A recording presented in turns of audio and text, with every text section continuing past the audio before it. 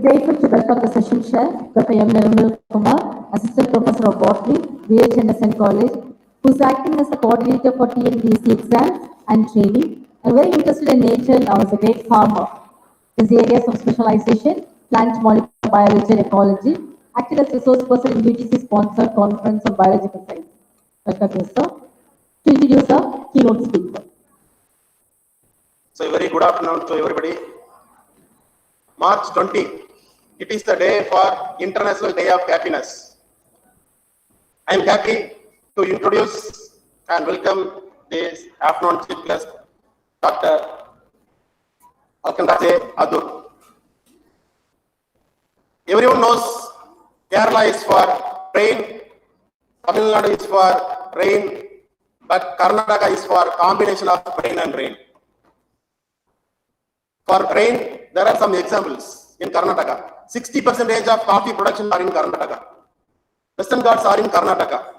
The holy river Kaveri originates in the Kuda Hills in Karnataka. Apart from that, the largest waterfall in India, Jog Falls in Karnataka.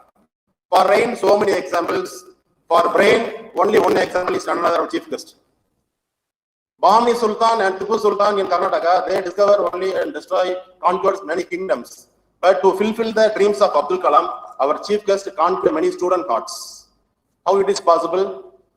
She is in charge for some foundations, NGO foundations, Agama foundations, and she trained the students to conserve the environment, to conserve the biodiversity and wasteland management.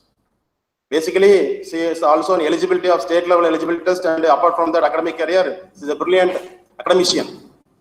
And she has already published more than a dozen academic journals in peer-reviewed journals. He attended many international and national conferences.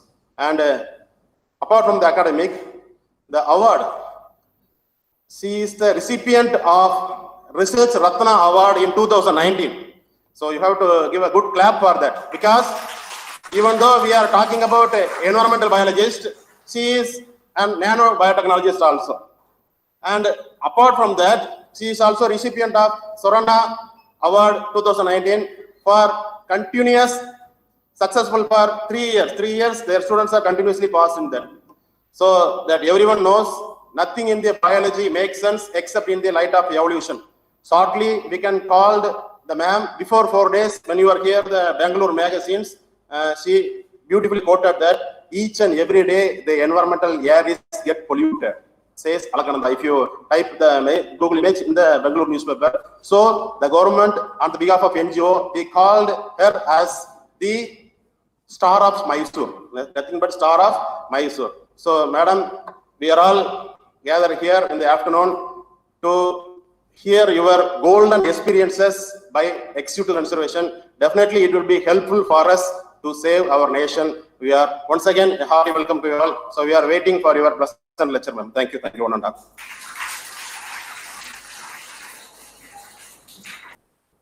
So, a very good afternoon. I think I don't require mic. I will just speak like that. Am I audible?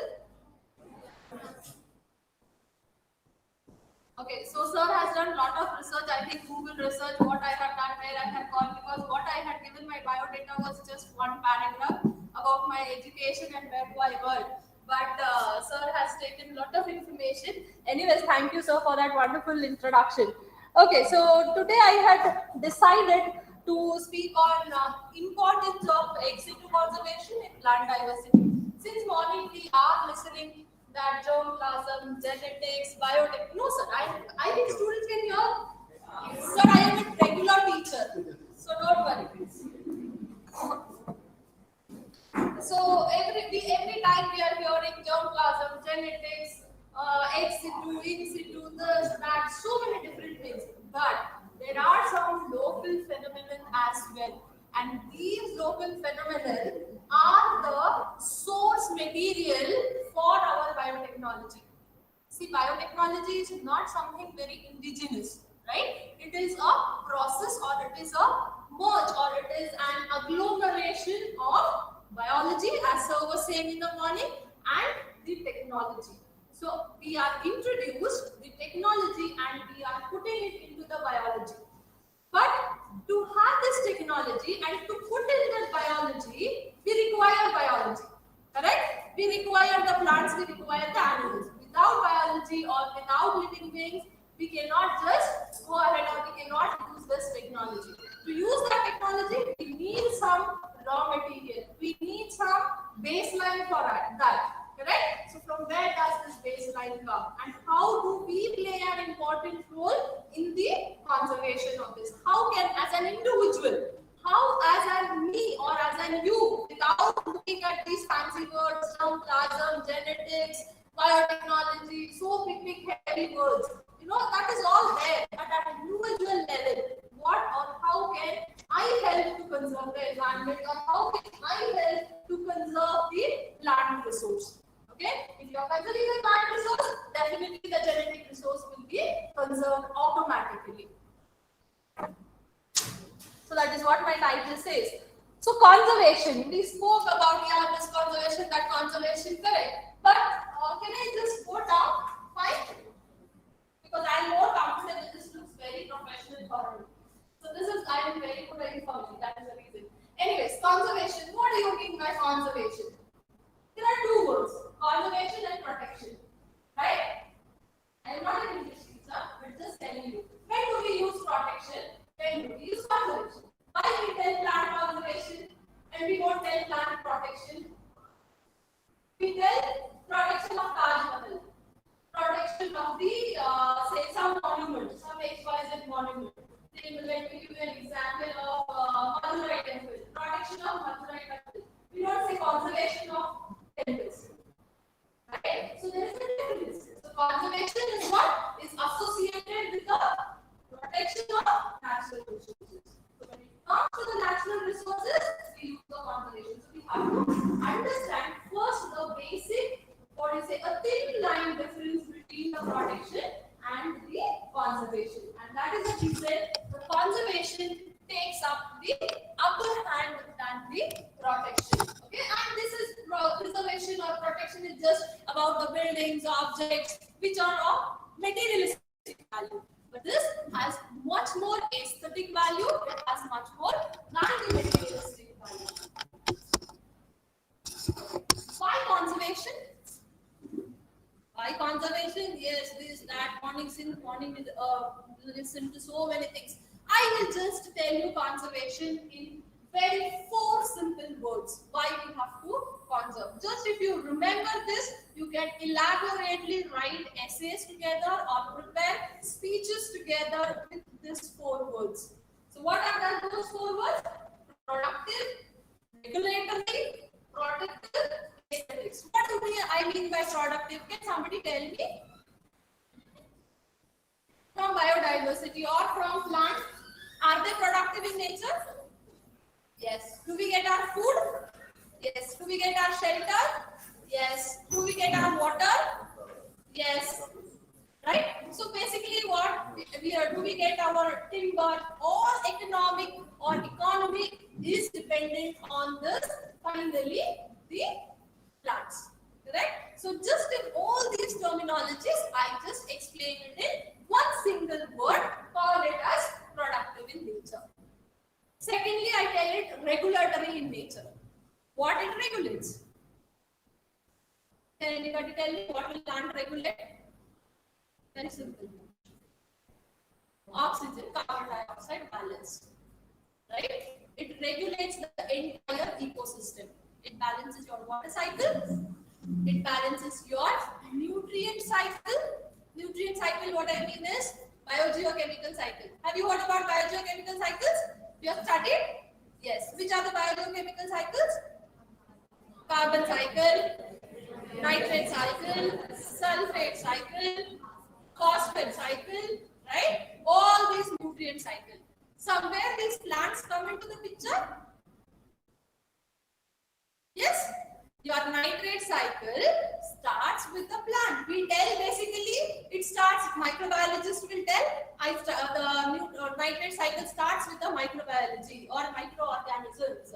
But an botanist or an environmentalist will tell, no, it starts with the plants. Right? Because the nitrogen fixation is done by microorganisms, but the conversion and taking of this is done by nitrogen. So the entire your photosynthetic cycle also revolves and it gives lot of oxygen. You know how much oxygen one tree gives? Has anybody studied or read somewhere? Any idea? Sir was telling, sir told you about the root depth, how much the roots requires oxygen and how much the soil requires the oxygen for the plant growth. Now I am coming a bit on the upper portion. No roots, I am speaking about the tree, the leaves and the stems. Right? So how much oxygen it gives? Sir asked how much oxygen it requires. I am asking the other way round. How much oxygen does it gives out? A luxuriously well-matured tree. Well-matured tree in the sense completely grown tree to its fullest will give around 117 liters of oxygen. Okay, so this you can just search. A lot of research has been done, on the oxygen content, carbon sequestration, and all. I don't want to go much details into carbon sequestration and all, but just to tell you that. So that is how these biodiversity or this plant, specific to the plant, as our theme says, plant. So plants, they are regulatory in nature. Next is protective.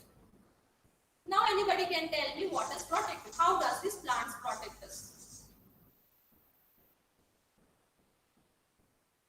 Heavy stormy winds, it acts as a wind barrier. Yes, it protects the soil from erosion. Soil erosion is protected because these anchors the soil. So it keeps the soil intact. So it is protecting us from heavy rains, it protects us from heavy storms, okay, cold waves, which comes the Himalayas and the pine trees in the eastern Himalayas or in the western parts for that matter also. We are protected from heavy rain and the heavy storms because of these forests or because of these plants. So I call them as protective in nature. And of course the aesthetics. Aesthetics, you know what is aesthetics? Okay, just a simple example. Will you like to walk in the desert or in the forest? Definitely forest, correct? So that is what it gives you a pleasure. It gives you the happiness. It pleases your eyes also, just not your mind and your soul, but it also pleases your eyes. It is very soothing for your eyes. Right? You get a happiness looking at the forest, looking at the trees completely flowered. You feel nice. But when you look at the barren land, you think, oh my God, it is so dry, it is so hot. Right? But the other way around, when you see immediately one tree, you feel so relaxed. Oh God, thank God, there's at least one tree wherein I can go and rest and take some good oxygen. Correct? So that is what which pleases you, which soothes you, which gives you a happiness, as I was telling that today is World Happiness Day. So this is what it gives you, and that is how the plants are required to be conserved for these four major reasons. Right? So it is like now, since morning, whatever we have done, it is a summary. Going ahead, conservation methods. Already sir told in situ, ex situ, we learn in our textbooks also what is in situ, what is ex situ, in vivo, in vitro, all this. So conservation methods basically do in situ, ex situ. In situ conservation. So little I will just focus on this in situ conservation. So in the in situ conservation, we have four major parts: national parks, sanctuaries, biosphere reserves, and the sacred groves as well. Okay, have you all visited national parks? How many of you all have visited? No? Madam, it's an urgent requirement that you have to arrange a trip to a national park. And in Tamil Nadu, as far as my study says, we have 5 national parks, 15 sanctuaries. Anybody visited sanctuary? No? And really, it is high time now. So you have to take them. Corona is gone. Man, these are all small kids. They have lot of immunity power. Corona will not do nothing. Corona will run away in fact. Biosphere reserves, we have in India we have 18 and 3 in Tamil Nadu itself. And the sacred groves, 14,000 in India. Out of that, quite a large number, that is around 448 sacred groves. So you know what is the difference between national park and sanctuaries? We just see, oh, there's Bandipur National Park, Rangantipu Bird Sanctuary, Ranthambore Tiger Reserve, Sundarbans National Park, isn't it? Famous for one-horned rhinoceros, tigers, and so many. Kaziranga National Park. Have you heard these names or not? Nilgiri, Agastamalai. Correct? Okay. So what is the difference between national parks and the sanctuaries? Yeah. We just know that we have Rajiv Gandhi Park, we have Sanjay Gandhi National Park, we have so many n number of national parks, but we ourselves don't know. If you go and write any competitive examinations, this will be the question asked. It is one of the premier questions when the competitive examinations, say your UPSC examinations or the civil service, basically civil service examinations. Okay, see, national parks, the basic difference, purpose is same for conservation only, but the national parks are governed by the central governments, state sanctuaries are governed by the state governments. The funding for that comes from the state government, and in the national park, the rules and regulations are very, very stringent. Now, in the national parks, technically speaking, or lawfully or legally speaking, you cannot take even a single twig outside the national park. Now, people bring entire logs and the logs of the wood itself and animal hides and nails, everything. But that is illegal. What I am telling is legally. Whereas in sanctuaries, there is some provision made for the people to earn their livelihood. Okay, so that is a basic difference between the national parks and sanctuaries. Then what do these biosphere reserves do? When we have national parks, we have sanctuaries. Why we require biosphere reserves? When it says biosphere reserve, something little more of garam masala is added to it. You know the garam masala or chaat masala. Let me give you, all of us like chaat. So when you add a chaat powder to it, what happens? It takes more taste and more interest also.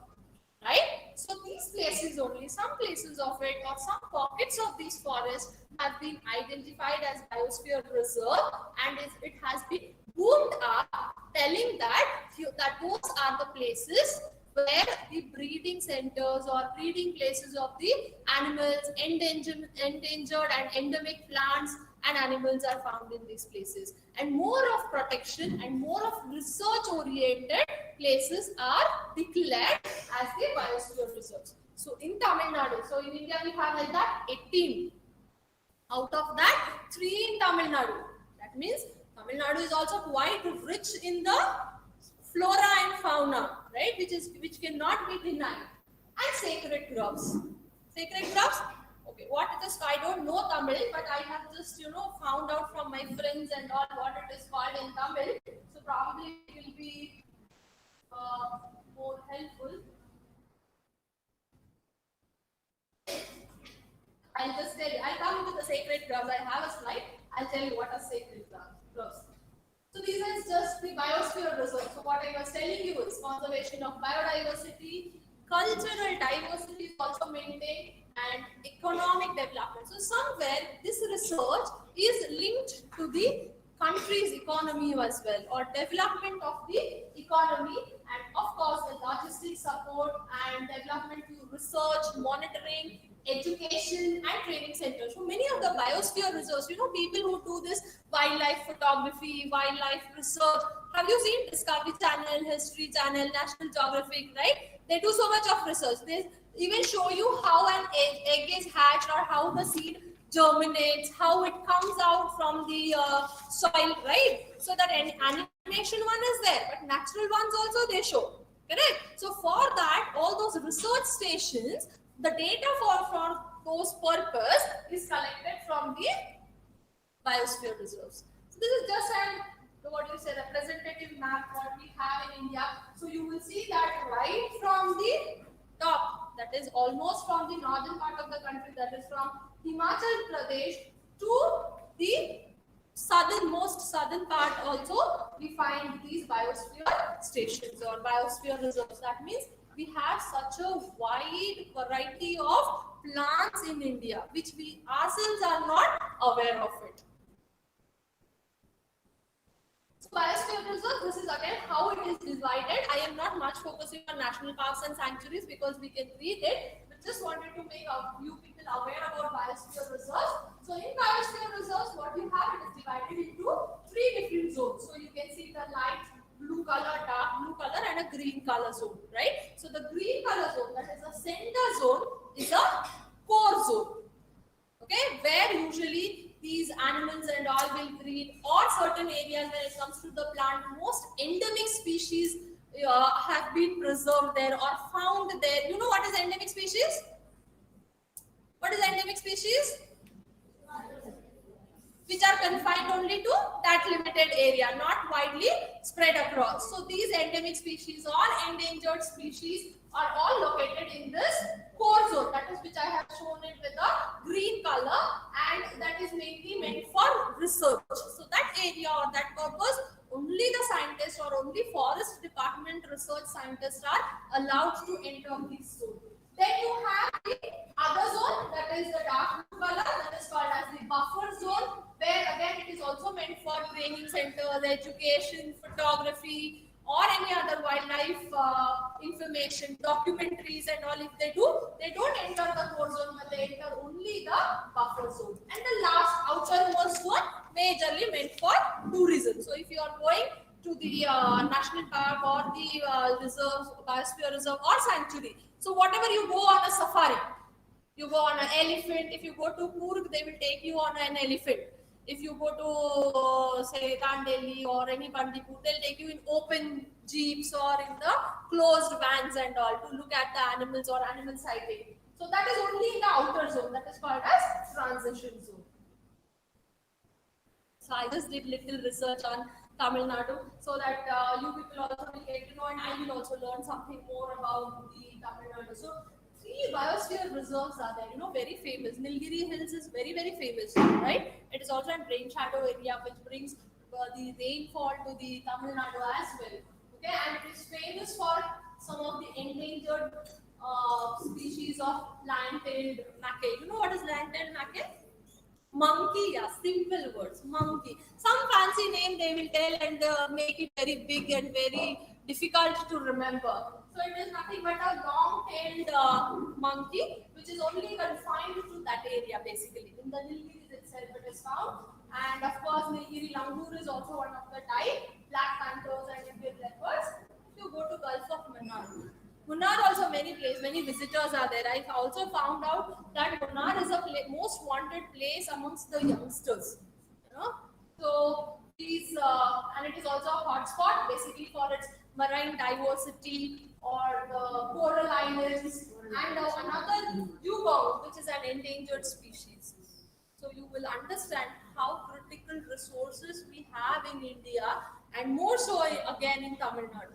How many of us we are aware of it and try to do or protect towards or take a step to protect this. So that is very, very important. And of course, the Agastamalai Hills as well.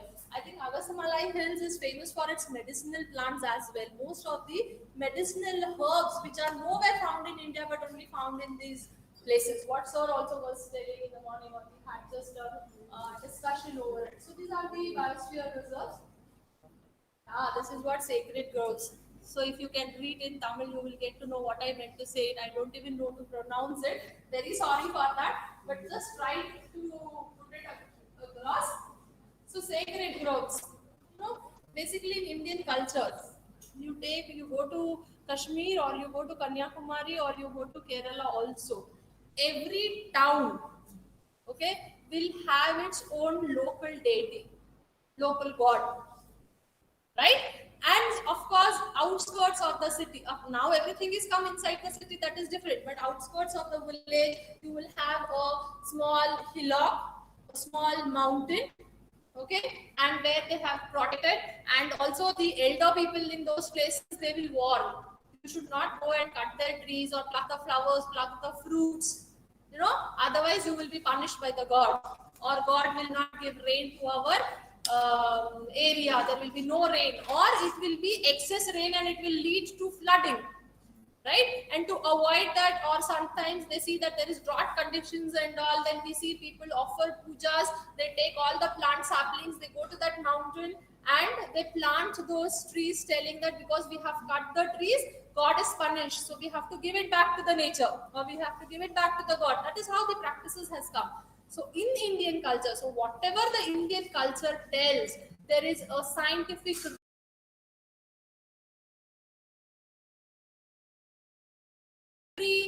what do you call, ritual has a scientific reason behind it, which we are not aware of it, and we just do it, blindly. Okay, so one example I will tell you. Just remember one example. During any of the auspicious functions, could be marriages, weddings, pujas, and all, you put the mango leaf and you put the marigold flowers, marigold, or what you call chrysanthemum. In Kannada, we call it as shavanti, yellow color flowers.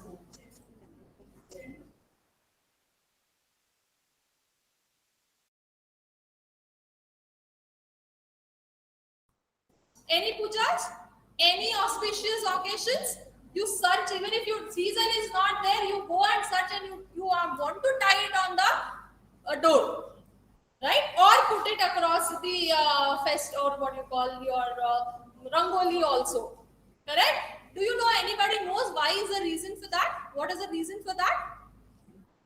It does not attract any insects. Okay, it is an insect repellent, especially the marigold. The marigold flower is an insect repellent.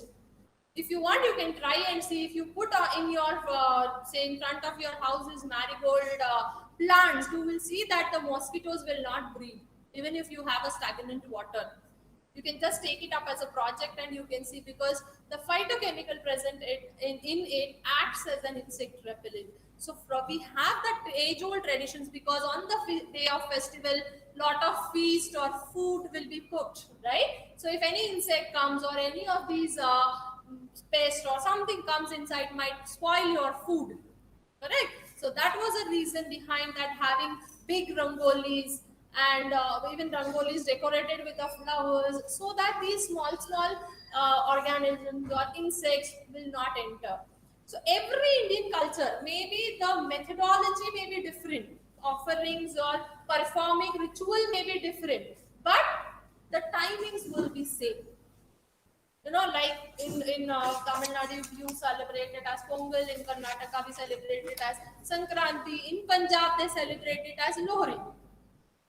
Festival is same, harvest festival, correct? But performing 1 or 2 days difference may be there, but this thing purpose is the same. So for all these rituals, that is what is a cultural or aesthetic value, we call it. So all our plants, eating neem also, probably now we have a festival, New Year, what we call it as. So in New Year, you will also have 14th April, right? So on that New Year also we eat certain specific food. The neem and all is consumed in different types or different varieties. So that will take care of your body for entire year. Like now we eat mango, raw mango seasons will start, and you prepare lot of food or culinaries using this raw mango. Yes or no? And raw mango you don't get throughout the year. But this 1 month or 1.5 months, what you consume these raw mangoes, it will give you so much of nutrients, especially vitamin C and all other nutrients, that will take care of your body for the entire year. And that is how we require the conservation of the plants or plant genetic resource. And along with that, conservation of our culture also. So that is how the sacred groves. Sacred groves is like a bank. You will get all your local varieties of plants, animals, seeds, organisms, everywhere there, and we will take the entire care of that local area as well. Yeah. coming to the main topic, but I spoke more on in situ. Conventional methods in ex situ is, botanical garden. You have visited botanical garden at least? Yes. Where in Ooty? Yes. So again, botanical gardens in India we have 36, Tamil Nadu we have 79. Similarly, zoological parks also many of you all must have visited. So I will not speak much on botanical garden and zoological gardens because parks we know about it. But I will speak on the other three. That is seed bank, gene bank, and the community seed banks. This is the seed bank. We have heard only about ICICI Bank, State Bank, Blood Bank, right? Or some other banks which fetches us money or which fetches us life directly. That is like a blood bank, isn't it? But we also have the seed bank. Okay, so what does this seed bank do? And for your tissue culture, what sir was telling, or for your recombinant DNA technologies, or for the to conserve or to reproduce the seeds. So for that, you require some base material, right? So if you don't conserve this base material, you cannot do any recombinant technology, nor you can do any tissue culture. For doing that, at least you need some single one part of the plant. Maybe a leaf, maybe a root, maybe a shoot, or fruit, or a seed, right? So some part of it has to be preserved. So easy ones to be preserved are the seeds, because again, sir told it has got a seed coat, it has embryo, lot many other scientific reasons for it, and storage, because it will not be attached soon by the pest and it can be stored or longevity, or what we call as shelf life. So the shelf life of these seed banks or seeds is quite higher. So these crop genetic resources which are grown from true seeds are stored in three main types of the gene bank. Okay, this is all scientific. I will just tell you one more method. When the farmers, if anybody farmers here, they will also be knowing. When you grow certain crop, say XYZ crop, only if you grow, say rice or paddy, from that, best of the quality of paddy will be taken out. Yes? It will be preserved. It will be preserved for what? For next cropping season.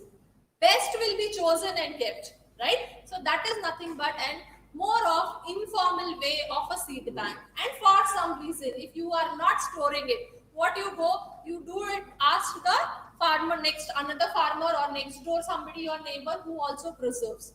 So like that is nothing but a small way to preserve it, or small way of doing this banking. You take them from credit and again you give it back to them when it regrows it. So this is on a very small term. So the seed banks are not a new concept. It has again evolved and a new name has been given. But we already always had this concept of seed banking or storing of the seeds. But of course, we stored it into the earthen pots underground so that it will not be attacked by the pest, or the temperatures will not affect the quality of the seed. But now we are using technology to preserve it, and we use something like the temperature around from 0 to, for different purpose we use different temperatures, different type of seeds. We use 5 to 7 degrees, minus 10 to 20 degrees centigrade, sometimes 0 to 5 degrees, depending on how long you have to preserve. You have to preserve it for very, very long time, 4 years together. Then we do it preservation at minus 197 degrees centigrade, and that too in the liquid nitrogen. That is what is called as cryopreservation, what already sir spoke about it. So there are many schemes. Government is coming up with many seed banks, the projects, and giving a lot of the seed exchange programs. A lot of NGOs are also doing that. So it's a good entrepreneurship. So people who graduate in botany, you will have a lot of scientific knowledge. So in a small way, you can start that. Go to the farmers, collect the seeds. In drought conditions, you can take from them a nominal amount, give them the seed, invest that same money, preserving improve the technology, preserve that seeds, and slowly you can go on. So it is one of the way wherein people can become entrepreneurs. So it is one of the way for making your life better. People will think what I will do with botany and zoology and all. People have, oh, again I have to go in teaching.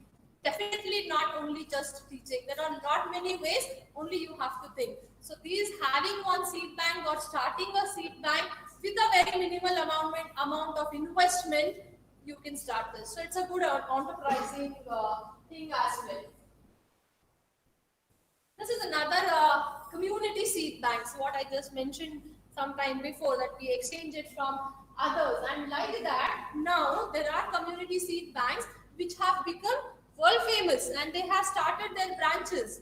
Like this Navdhanya one is an NGO. What sir was speaking in the morning, Navdhanya was different. He told about temples. In the temple tombs, it was preserved, right? But here the Navdhanya is a name of an NGO who preserves these seeds and gives you as on credit or with money or different or exchange basis also. They will take you from one seed from you and you can, and in turn you can get the other type of seed from them. So like that is what is community seed banks also. They are also ex situ measure or conservation methods. Gene banks. Now little more of technology is coming here. So in the gene bank, you preserve only the embryos or only some of the cultures, pollens, basically the pollen, and when you have to do or when you have to retain the same genetic constitutions, then you go for these gene banks, or you can get the material from the gene banks also, but especially the pollen grains if they are storing, and it doesn't require any cross fertilization. That is what is the advantage of having these pollen banks. Without, in natural conditions, for fruiting, the cross pollination has to take place. So to avoid, or if you don't have the same, and to retain the genetic constitution just with one single pollen and using the tissue culture, you can grow many plantlets. So that is how gene bank also is very important. And one more thing here, important in pollen grains, just not for storing, but a lot of allergen studies are also done with this pollen grains. So many diseases which was unidentified, which is not able to tell what is leading to or what is the purpose, or a lot of allergies these pollen grain causes. Especially this problem is with the Bangalore. That is how people with asthma and all, don't prefer staying in Bangalore inside the interior of the city because of the trees or gardens which it had once upon a time. Of course, now all that has been removed and more urbanized. From garden city to it has converted to garbage city. All that is there, but earlier ones I am telling. So these pollen gene banks are also helpful in studying the allergens as well. Now, when you have so much of material, you have national park, you have sanctuaries, you have seed banks, you have gene banks, you have community seed banks, biosphere reserves. All this, if you have, only then you can apply these tools. Right? If you don't have anything, if you don't have rice, uncooked rice, from where you will cook the rice? It is as simple as that. So for that, you have to store it. So what I told you was all about the storage.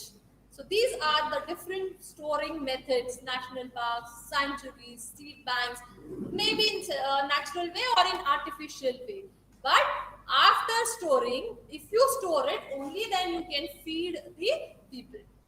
Right? Now your feeding concept comes. That is a biotechnology. That is, which is a major tool in the ex situ conservation, where you can use the anthers, you can use the pollen, you can use embryo, endosperm, root, cryopreservation, leaf, stem, any different part of the plant you can use.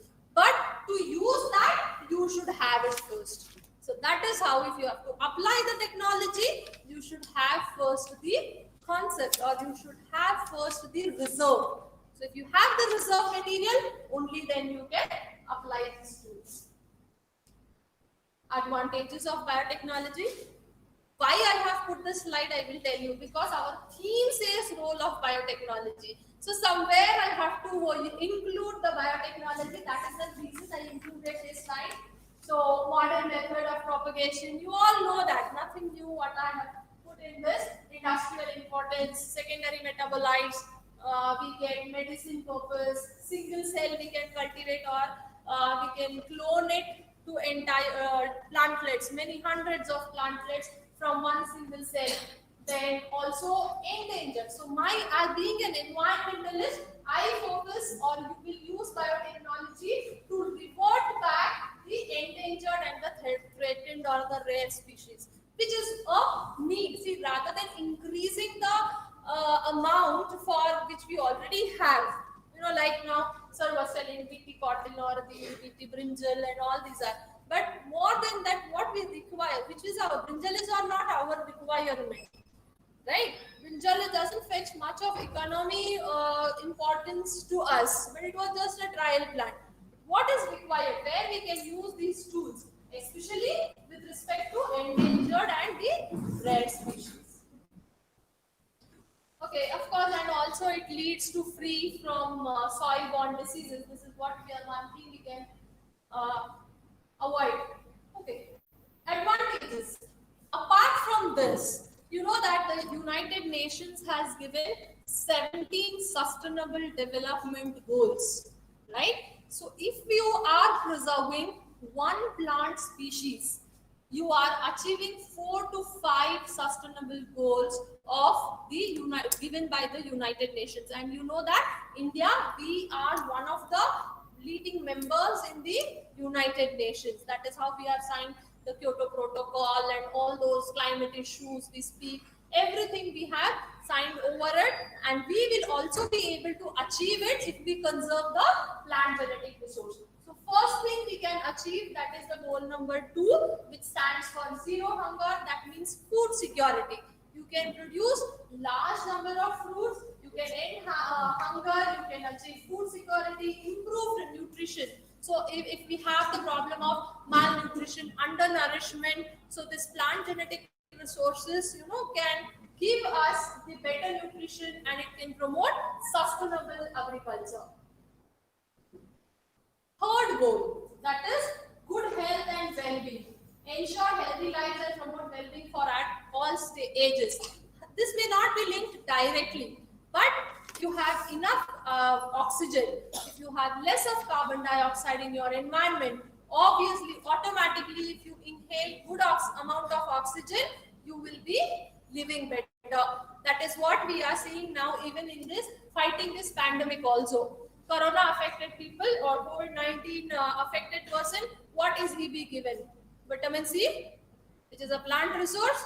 He is being given the oxygen. Initially, not even vitamin C. Vitamin C is just to boost your immunity. But firstly, what he was given was oxygen, artificial oxygen. Right? If you have enough oxygen, obviously your immune system will develop more. So you need not require oximeter to check what is your oxygen level, or an oxygen cylinder to give you external oxygen. If you conserve the plant, automatically oxygen amount will be increased in the environment, and you will have a natural source of oxygen, which will lead to good health. So indirectly, I am connecting it to even sustainable goal 3. 6, that is clean water and sanitation. Again, not directly linked. But if you have the forest, if you have the plants, your water cycle will work out. If your water cycle is hampered, you will face drought or you will face flood. So to control flood also, you require the trees, and to control the drought also, or to avoid the drought also, you require trees. So if you have water in both conditions, obviously you will get the clean water. And you know that what plants also act as a filtration unit. Earlier days they used to use one type of root in the water, which will give fragrance to the water also, and also will remove all the toxins from it.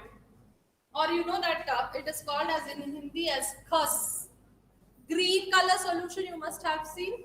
Green color syrup, they put it on that ice cola also. Very cooling agent it is. It is a type of root.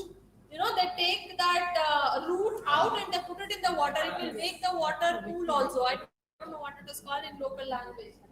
But it is used in lot of what you call sharbats also. Juice. Vetiver, I think. Yes, vetiver. It filters. They are using now that in water filtration technology also. So plants again indirectly linked to the it's not moving. And the last, that is climate action. To combat climate change, plants will help and certainly will help, and we have to take an urgent action to combat climate change and its impact. And we are all seeing what is the impact of the climate change. Life on land. That is what is our theme says. So goal number 15, it says life on land. So protect, restore, promote sustainable use of terrestrial ecosystems, sustainably manage forests, combat desertification, halt and reverse land degradation, and halt biodiversity loss. So if we conserve land, we can achieve the goal number 15 as well given by the UN. So that's all. Thank you very much.